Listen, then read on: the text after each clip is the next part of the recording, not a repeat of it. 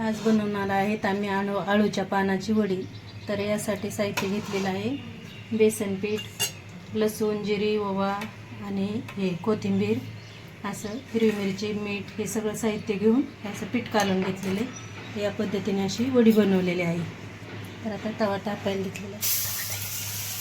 तर आम्ही आधी ज्वारीच्या भाकरी करून घेतलेल्या, तर हा भाकरीचा तवा आहे। तर याच्या तेलामध्ये वड्या टाकून घ्यायच्या।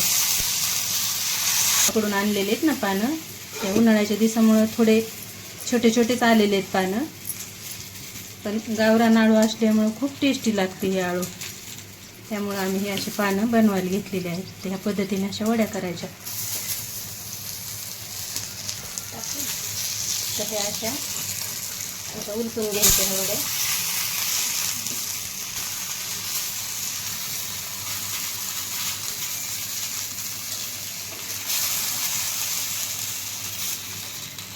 एकदा उलटून घेतलेले आहेत ना, आता तेल टाकून घ्यायचं। या पद्धतीने सगळ्या वड्या उलटून टाकलेल्या आहेत। तर आता या कमी गॅसवर तळून घ्यायच्या, म्हणजे छान अशा तळल्या जातात, नाहीतर मग फुल गॅसवर करपल्या जातात वड्या ह्या।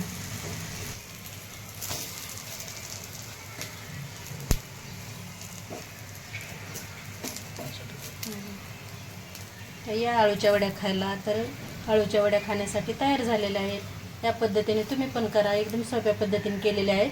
व्हिडिओ जर आवडला तर लाईक करा।